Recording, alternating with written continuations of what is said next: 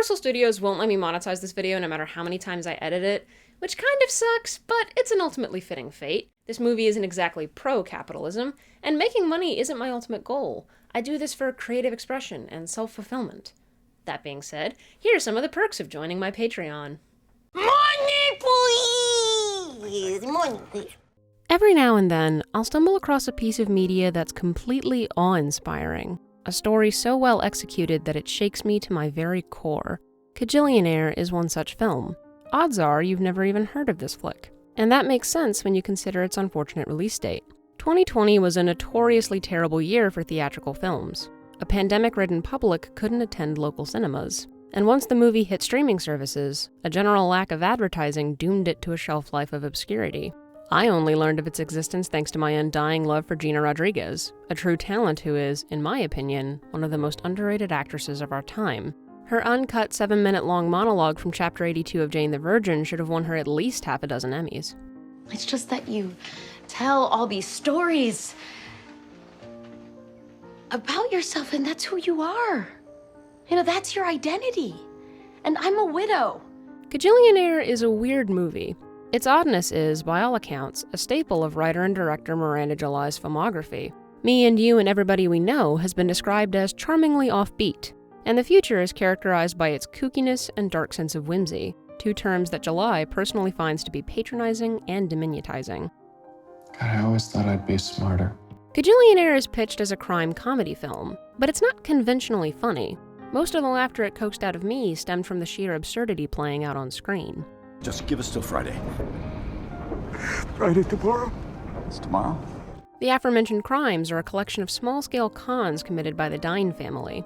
Robert and Teresa are a married couple who have chosen to live life on the margins of society. Petty theft defines their daily existence, and they've imposed this warped worldview onto their 26-year-old daughter. Me? I prefer to just skim. So do I. Do you? Oh, that's interesting. Because most people want to be Kajillionaires. That's the dream. That's how they get you hooked. The Dynes have reduced objects to their base functionality. To them, a cell phone is just a tool. A building is just a place to sleep. People are merely short-term assets. They interpret the world's subtext through the cynical lens of addiction. Sugar, caffeine, and intimacy are horrible poisons to a person's system. My aunt has a friend who's Amish. No, we're not Amish. We use alcohol. Oh. When we're injured, to numb the pain. Okay, that sounds Amish. Their core presupposition is as follows. If society is fake, then rejecting it is the only real course of action. But their utter lack of attachments isn't a signifier of superiority. Rather, the opposite is true. The Dynes' driving philosophy is just as shallow and meaningless as the mainstream culture they claim to hate, because both lifestyles are contingent upon all the little lies we tell ourselves to get through each day.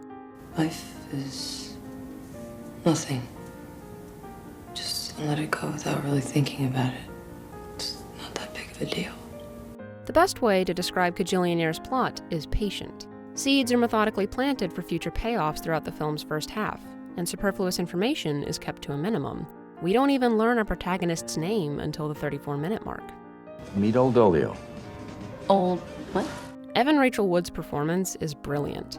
Her stilted mannerisms perfectly capture the eccentricities of Old Dolio's character, and she drops the pitch of her voice down an octave whenever she speaks to further accentuate her social awkwardness. Your gift certificate is for 60 minutes, so... No, I don't need, do you think we could do it in 20? This portrayal is so convincingly natural that it made me forget Wood's immense talent as a singer. Oh, my darling, homeward bound. Kajillionaire has two inciting incidents, the first of which is fairly conventional. The Dynes are 3 months behind on rent and need to scrape together $1,500 in order to stave off eviction. Rent is an installment. It's a monthly installment. We'll have it in the morning. During their half-baked scheme to collect a traveler's insurance check, the family meets Melanie, a seemingly superficial girl who's enamored with the Dynes' criminal approach to life. Okay, you know, if I'm being honest, my favorite movies are the Ocean 11 movies, and I just am pretty psyched about being on, like, an actual heist. Melanie's presence derails Robert and Teresa's finely crafted facade. The kindness they show her is fake and manipulative, but it still sparks jealousy within Old Dolio because they've never shown her an ounce of tenderness, real or otherwise. How did you meet them? They're my parents. While trying to steal a dying man's checkbook, the four characters mime out the conventional hallmarks of daily domesticity. Robert watches a sporting event, Teresa sets the table, and Melanie plays a nostalgic tune on the piano. But Old Dolio has no reference for normalcy. She doesn't know how to play along because her role is undefined. I'm just here to do a job. Her general sense of discomfort with human interaction stems from the flawed framing device her parents used to interpret existence. Old Dolio only knows the base functionality of everyday objects. Their capacity to stimulate and entertain the human brain is completely foreign to her. But she still understands the comforting nature of this brief illusion. Go check. Go. The Dyne status quo has effectively been destroyed by the time their insurance check arrives in the mail. This event triggers the film's second inciting incident. Emboldened by her new bargaining chip, Old Dolio musters up the courage to confront her parents, and the ensuing argument is gut-wrenching. $1,575 to call me hon. It's one word, just say it. Teresa refuses. She then proceeds to mock and deride Old Dolio for wanting such a simple display of affection from her mother. You want us to be false, fakey people. Guilting your victim into accepting all or most of the blame for their current state of emotional distress is a common manipulative tactic amongst abusive people. Teresa vilifies her daughter for having basic needs, despite full well knowing that she's the reason why those needs aren't being met. Robert is notably oblivious to the scene's subtext, and sees no reason why Teresa can't just capitalize on an easy payday. You could just say it. Just say it. To him, the words are meaningless, but his wife understands them to be a fundamental betrayal of their lifestyle and values. We don't call you hon. We don't wrap up little birthday presents with ribbons. I don't want... Yes, that's what you want. Old Dolio is in the process of caving when Melanie, an objective observer who's justifiably disgusted with the Dynes, seizes this moment and drags Old Dolio away from her abusers. I'll call you hun for $1,575. Melanie isn't incentivized by the money, at least, not entirely. The job is merely an excuse to save someone from a toxic and manipulative relationship, and she expands upon the deal's original parameters in order to extend their time together. So when we've done these things, then I want my money and you can go. She's not nearly as superficial as the Dynes presumed. Her apartment is full of useless junk, but most of that junk came from her well-meaning mother, who conflates consumerism with care. What's this? It's a mug warmer. A lot of the times my mom will buy two of something and just send me one. Melanie's mom is the kind of person Robert and Teresa hate. She's completely addicted to the trappings of mainstream life, but their daily approach isn't devoid of compulsive attachments. This couple raised their daughter to be addicted to them. And this is a little different because they're my parents. In what sense? What? In what sense are they your parents? None of Old Dolio's rebuttals are sufficient, which further recontextualizes her relationship with them. They don't just treat strangers like assets, they treat their child like one too. Robert and Teresa named Old Dolio after a homeless man who won the lottery in hopes that he'd bequeath his fortune to her. When this awful plan failed, they turned Old Dolio into a living resource. Isn't that amazing? Old Dolio learned to forge before she learned to write. Oh, actually, that's how she did learn to write. Melanie isn't blind to the world's trappings, pun somewhat intended. She works an unfulfilling job selling bifocals to grumpy old clients, hence her excitement at potentially pulling off a heist. But she doesn't share Robert and Teresa's cynicism. They live outside of society's systems to spite the world. But finding little moments of joy within the daily grind is the ultimate triumph over meaninglessness. Most happiness comes from, like, dumb things. A recurring image throughout the film is the leaky wall in the Dyne's apartment. Pink soapsuds slide down the sheetrock at scheduled intervals, and the three of them have to be there in order to scrape away the bubbles and pat things dry. This distinct piece of imagery doubles as an extended metaphor about their family dynamic. The first time we see it leak, the trio works together like a well-trained unit. Something is fundamentally wrong with their lives, but they treat the problem like an average occurrence. The next leak happens when they're out of town, meeting Melanie. Their makeshift tarp buckles under the weight of all the suds, signifying the impending breaking point the Dynes are hurtling towards. The final leak happens right before the big confrontation scene. Instead of tending to the chronic issue her parents have normalized, Old Dolio chooses to leave the apartment and do something she actually wants to do. It's just a tremor. It's okay. Another thumbprint of their abuse can be observed in the trio's shared seismophobia. Fear is a powerful unifying factor, one that further facilitates Robert and Teresa's ability to control their daughter. Old Dolio didn't develop this phobia on her own. She inherited this anxiety because she only ever experienced earthquakes within her parents' presence. Their rationale for this fright is rooted in a deep dread of death. The quote-unquote big one will supposedly kill them instantly and reduce everything to a permanent state of nothingness, which is an ironic fear to cultivate since the Dynes' life thus far has been a similarly vast void. Just us. In blackness. Stop, that's not I can't believe it because you were married to life. Hooked on it.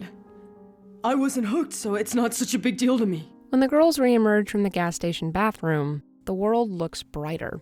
Sunlight pierces the scene with a relentless intensity. The camera follows Old Dolio through a single continuous shot as she takes in the wondrous aspects of existence for the first time. It's like watching a kid take their first steps. She's left the darkness of her old womb and has essentially been reborn. Old Dolio is finally free.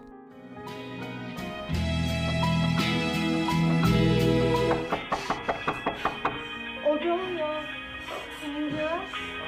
This taste of freedom is short-lived. Robert and Teresa stop by Melanie's apartment and leave 17 birthday presents for their daughter, with the promise of an 18th gift to come at dinner that evening. Much like the checkbook scene, this meal is farcical, a mimed-out performance that's devoid of genuine affection. But the other restaurant patrons don't know this. Their expressions range from deeply moved to extremely envious. In this moment, the Dynes are passing for a real family. We're very, very lucky to have you as our daughter. There is an element of sincerity to Robert's words, but it's difficult to gauge the exact amount. Other truthful tidbits are dropped throughout this scene to shed light on the Dynes' past and further obscure their intentions. They were straight shooters once upon a time. Robert sold a resource guide to real estate agents, and Teresa had a bachelor's degree in some unspecified field. Well, it was tough times, and, the coupon book didn't really take. Well, we were reacting to the era. I don't disbelieve this claim, but I do know that they're lying about how exactly it affected them. It's one thing to have a failed business venture, but it's another thing entirely to internalize that failure as the justification for their bitter approach to life. They couldn't be the Kajillionaires they wanted to be, so now they skirt by on the bare minimum to prove a point. They're rejecting the world that rejected them first. The stage directions for this scene are simply fantastic. Melanie has very few lines of dialogue here, but her presence is nonetheless important.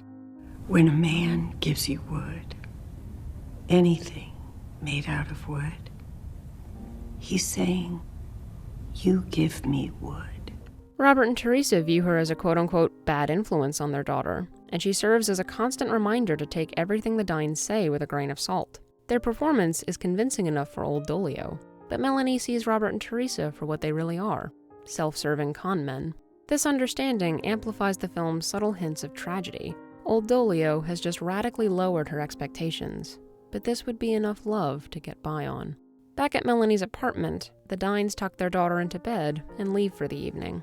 Once they're gone, the girls immediately go to check the place where they hid Old Dolio's money.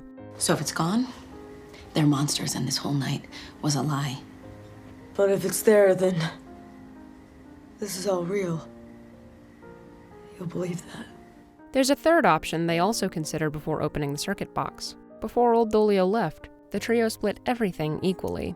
The check cashed for $1,575. If a third of that payday is still there, then that's Robert and Teresa's way of saying, we can only ever be like we are, but we love you, and we wish you well. Melanie opens the circuit box. Not a single penny is missing. Thank you for everything. No problem. In the morning, the two find that everything outside of Melanie's bedroom is gone. Robert and Teresa stole it all during the dead of night. Melanie laughs at the sheer absurdity of the situation.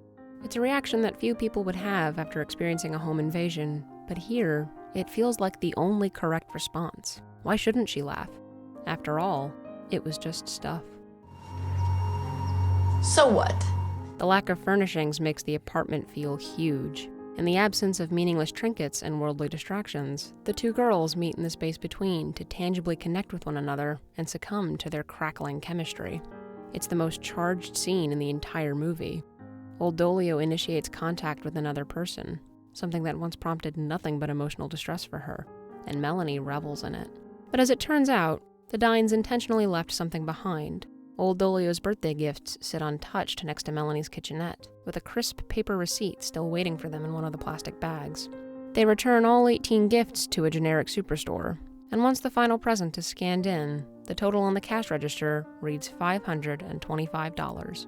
The two girls experience yet another intimate moment, this one punctuated by the mundanity of consumerism. They share their first kiss as shoppers pick through the racks of ugly, overpriced clothes. The cashier ignores them and resumes her regular duties.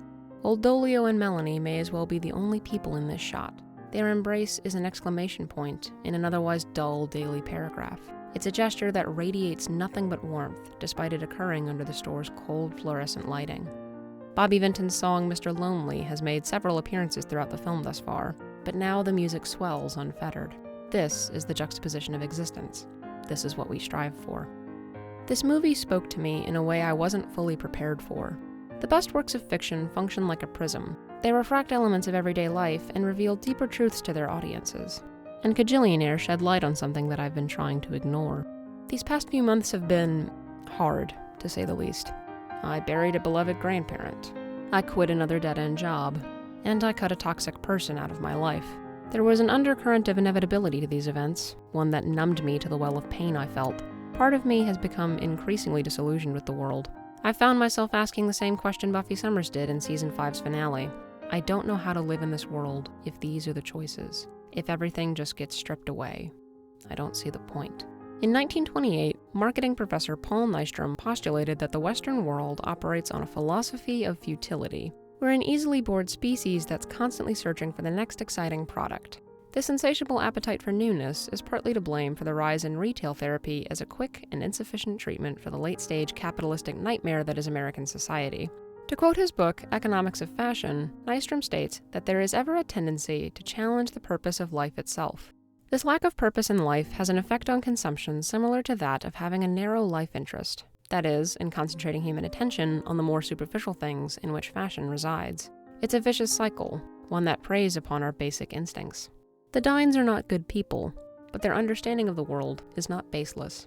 I see a lot of myself in old Dolio, an awkward 20-something who struggles with accepting affection and reading society's subtext. I'm fortunate enough to have a good relationship with my parents, but I've still experienced my fair share of manipulative and abusive connections. For the longest time, I've tried to convince myself that wanting things was a bad idea. If I don't get attached, then I can't truly be disappointed with the results. I won't be hooked like everyone else. It's better this way. This thought process is demonstrably untrue. Yes, the world is designed to be addictive. The general public's profitability is the foundation for countless broken systems, but real meaning still exists. It requires a significant level of vulnerability and effort, but finding it is nonetheless possible. I like stuff as much as the next person. Wanting things does not make you shallow, nor does the consumption of goods constitute an automatic defeat. The game is rigged, but rejecting the world is the quickest way to lose. Most of us won't become Kajillionaires, but that's okay. Kajillion isn't even a real number, so this metric for victory is fundamentally flawed. The wealth of human experience is equally unquantifiable, and success comes in all sorts of shapes and sizes. It's dancing to music on your phone, it's making pancakes in the morning, it's every subtle display of affection you've ever shown. Life's inherent contradiction is as follows. People really suck, but they're the most enriching thing on this planet. Our connections are the only path towards fulfillment, be it familial, platonic, or romantic. My old job sucked, but I've made friendships that'll endure long after my last official day as an employee. Dating websites are a nightmare, but 2 of my dearest friends have found loving partners through them, and they're currently cultivating beautiful relationships. YouTube's comment section is a lawless land, but my viewers leave some of the most humbling, intelligent, and sincere notes. To an extent, we're all stuck in a dark gas station bathroom, isolated in some form or another. But when we muster up the courage to step outside, we can find meaning in the vast space spread before us. Not to slight Bobby Vinton, but I think Harry Chapin's take on loneliness is more profound. All I've got is time. Nothing else is mine. All I want is you and one more tomorrow. Nothing lasts too long. When I leave, it's gone. So I send my mind ahead and hope to follow. Yes, I know, I have a lifetime coming, but I've got it all figured out. Everybody's lonely. That's what it's all about.